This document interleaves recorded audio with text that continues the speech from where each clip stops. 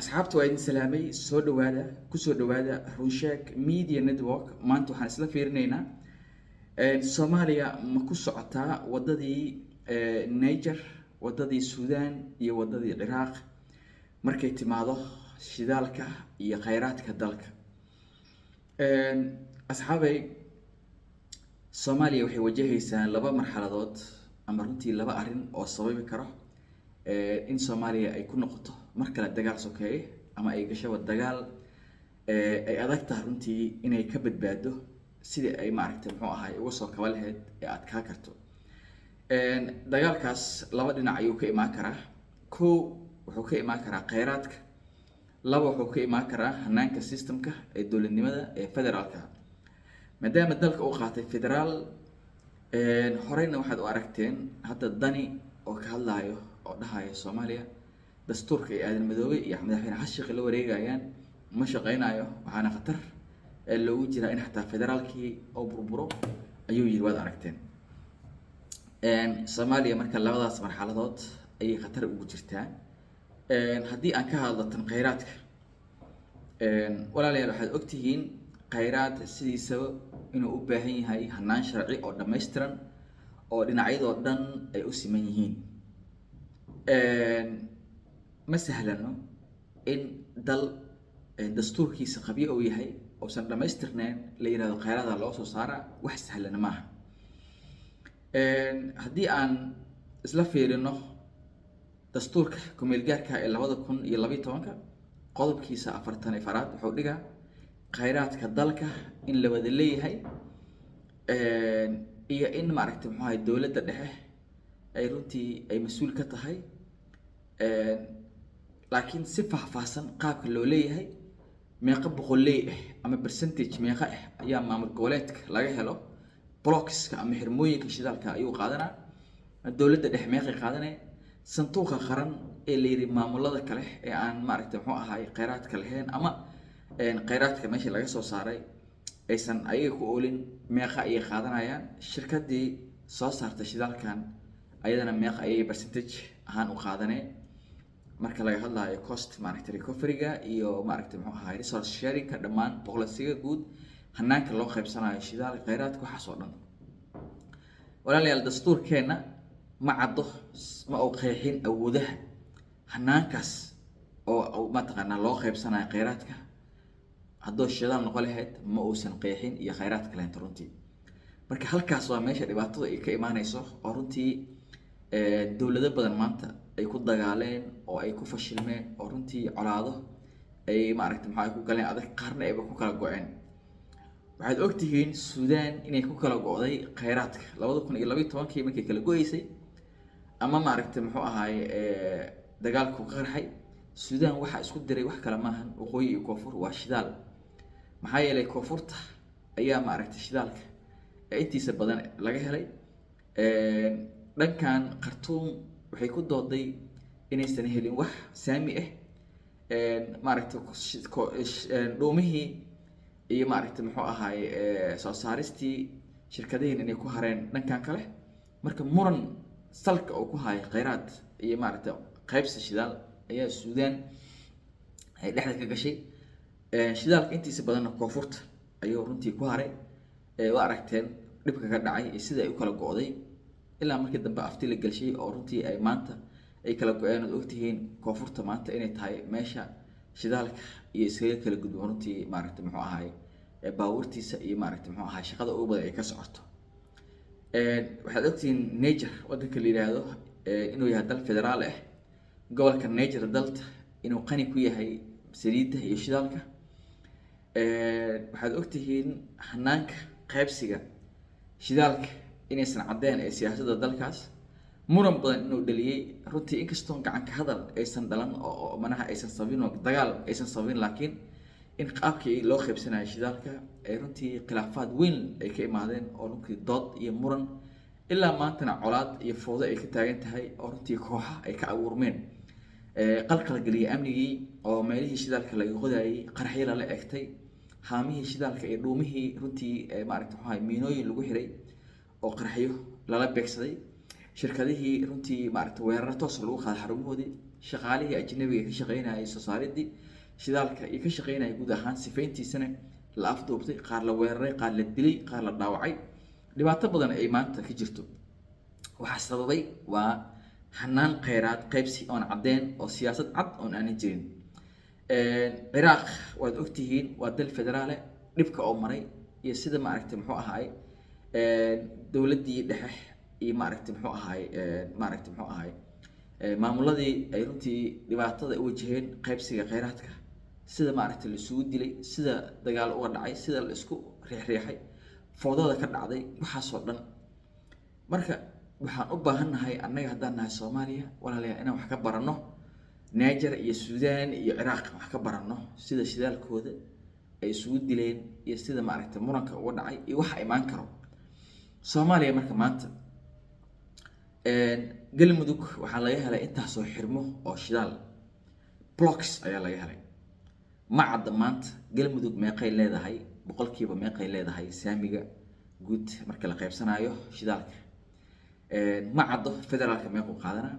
ma caddo shirkadii sahminaysay Turkiga ahay meeqay qaadanaya,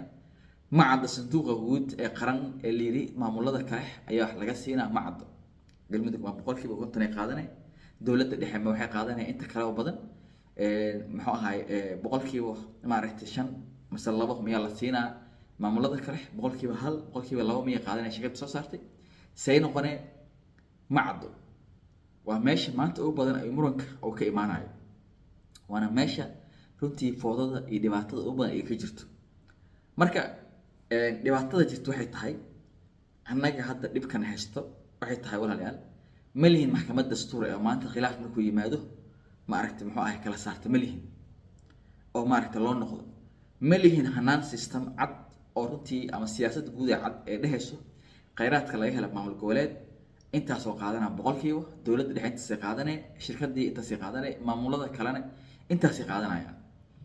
haddii marka la fiiri annaga waxaa la yidhi marka kheyraadka la helo laga helo dhul kamid ah Soomaaliya, maamul kamid ah Soomaaliya ama dowladda dhexe, waxaa lagu maamulaa siyaasad qaran la yidhi. okay, siyaasad qaran marka ha lagu maamulo maxme maamul goboleedku wuxuu leeyahay ciidan khaas u ah, dowladda dhexena waxay leedahay ciidan khaas u ah. siyaasadda qaran ee lagu maamulayay see loo maamulaa meeqa qaadanay dowladda dhexe ma caddo, dowlad goboleedkana meeqa qaadanaa ma caddo. ma caddo in laba guddi oo isku dhafe ama guddi dhinacyadan ka kala imaado oo runtii kheyraadka maamulayo si siman u maamulayo ma caddo inuu jiro awood lagu maamulayo maaragtay muxuu ahaay kheyraadkaas oo madax banaana ma jirto. marka dhibka ugu badan meelaha oo ka imaanaa meelahaas waaye. maxaa yeelay maamul goboleedka wuxuu dhihi karaa hadduu arko inay dowladda dhexe ka shaqeynay cadaalad darro oo ayada ay rabto saami badan ay qaadato, asna xaq oo u leeyahay shidaalkaas la helay iyo xirmooyinka la helay inuu asiga qaato faa'iidadiisa. wuxuu dhihi karaa anaa xor u ah inaan qaato, maxaa yeelay dowladda dhexe kheyraadka aniga laga helay deegaankii laga helay ay rabtaa inay ku takrifasho, sidaa darteed ma aqbali karo. anna waxaan xor u ahay inaan shidaalkayga soo saarto oo heshiis la galo shirkado shisheeye. waa uu dhihi karaa maamul goboleedka.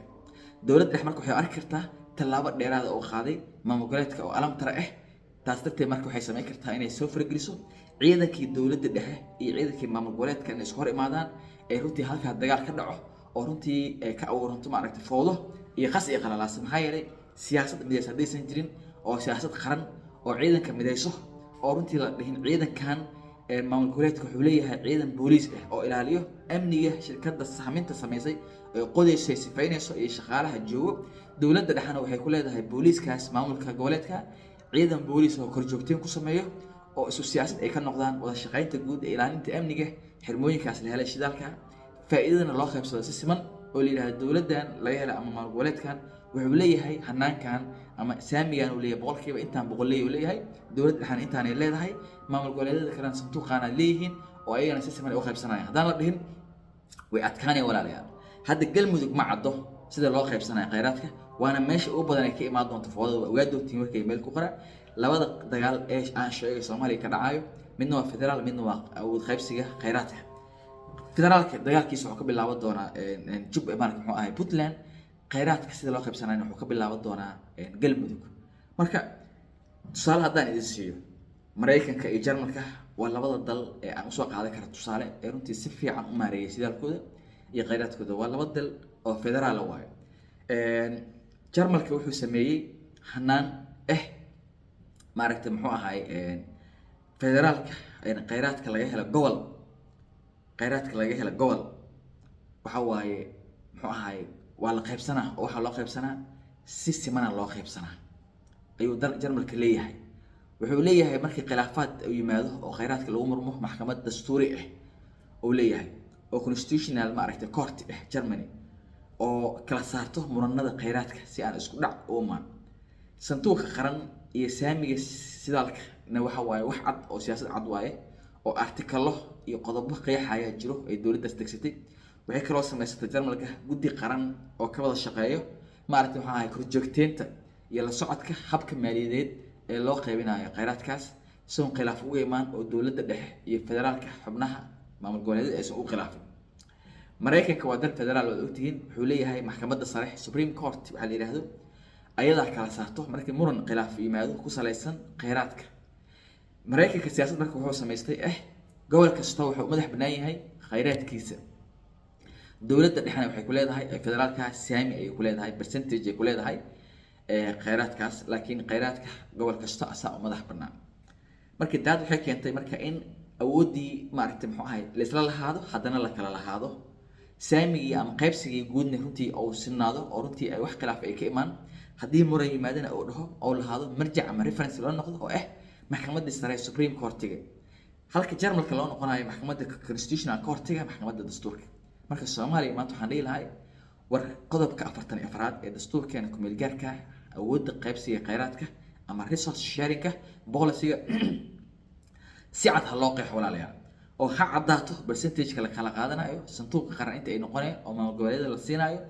iyo inta sanduuqa qaran galaysa ee dalkan generationka ama dhalaanka soo socda mustaqbalka waxa looga qabanayo caafimaadkooda iyo waxbarashadooda iyo kaabayaasha dalkan haddii noqonaysa dhaqaalaha caafimaadka waxbarashada amniga ha cadaato. maxaa ku soo haray waxaan rabaa marka inay cadaato Soomaaliya inay lahaato constitutional court maxkamad dastuuri oo haddii muran yimaado beri kala saarto. waxaan rabaa in dastuurka ku meel gaarka la dhameystiro walaalahay haddaan dastuur la dhameystirin kheyraad lama soo saaro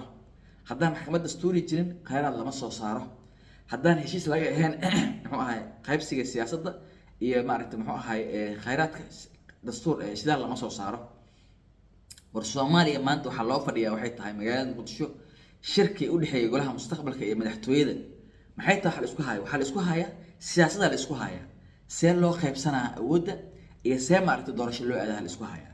ayadoon siyaasadda laga heseenin maaragtay muxuu ahay oo maaragtay muxuu ahay political waxa la yiraahdo maaragtay muxuu ahay sharing awood qayb siyaasadeed oo san jirin oo muran iyo cadaalad darro ay ka jirto ayaa waxaan ku darsan hadlana inaan dhahno shidaalan soo saaranayna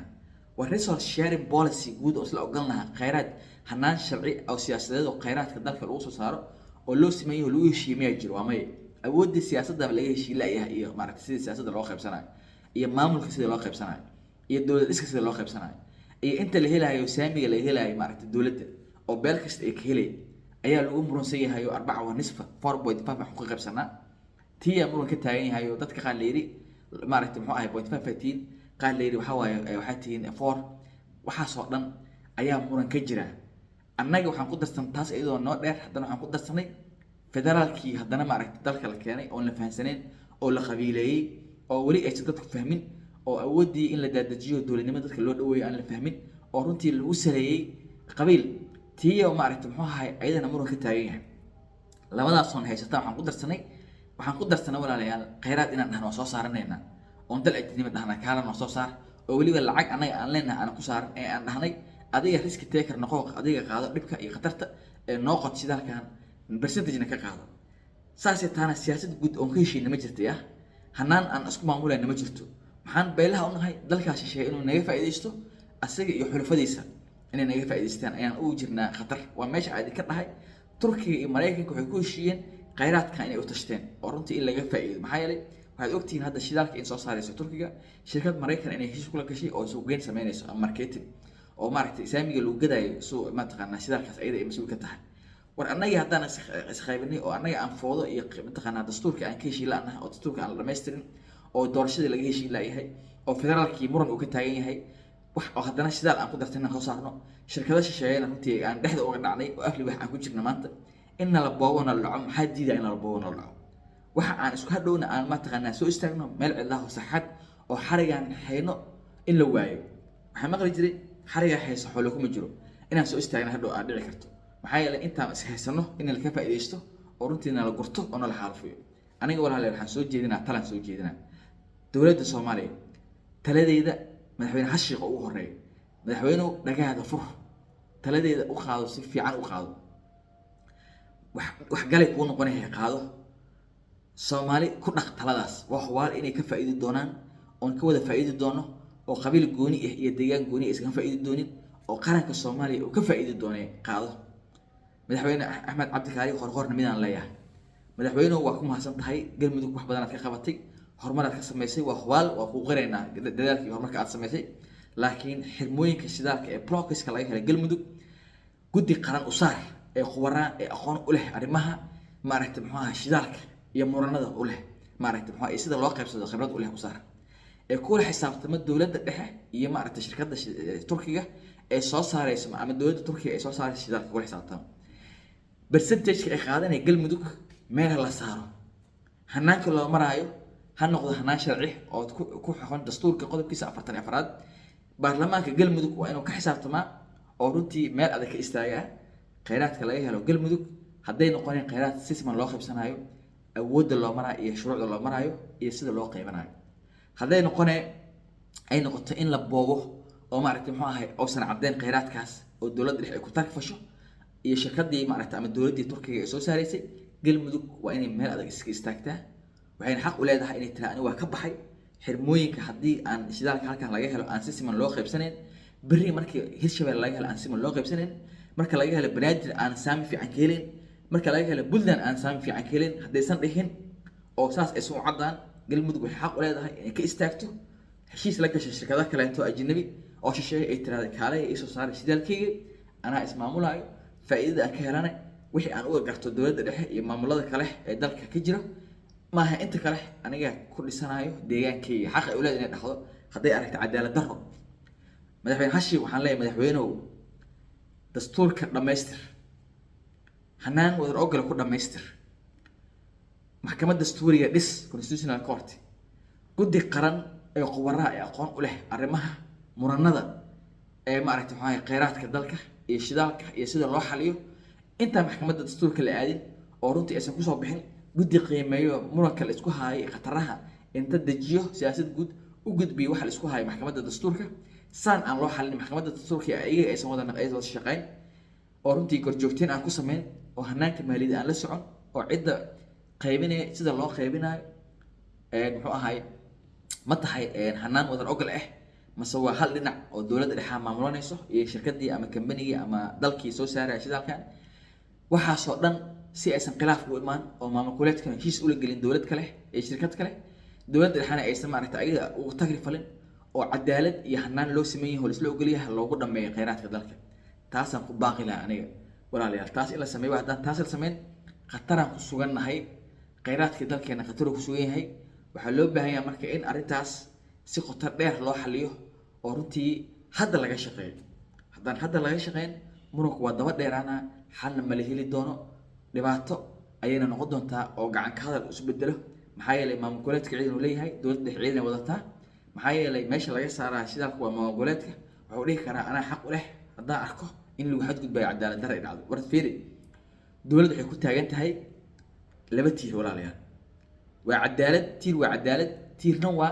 tiirka ilaalinta cadaaladdaas wuxuu noqon karaa ciidan noqon karaa ay dawladda leedahay awood xoogan leh oo runtii cadaalad darrada ilaaliyo oo ka hortaga cadaalad darrada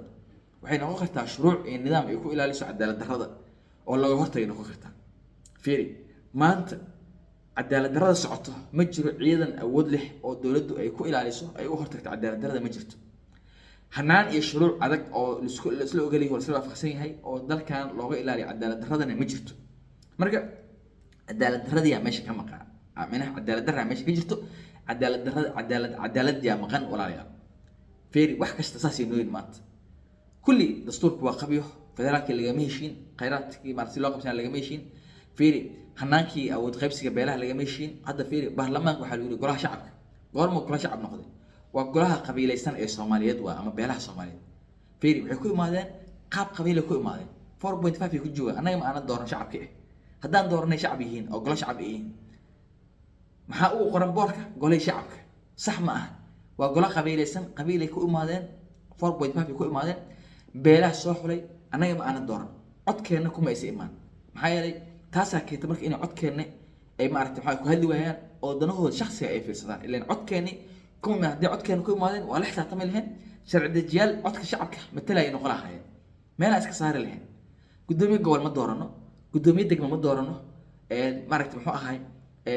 gudoomiye baarlamaan ma doorano waxaasoo dhan marka waxay keeneen fiiri waxaasoo dhan waxay keeneen madaxweyne ma doorano waxaasoo dhan waxay keeneen in maaragtay muxuu qof walba oo isbida awood asiga oo shaati oo rabo tasho soo rabo u dhaqmo cidoo rabana maaragtay muxuu heshii la galo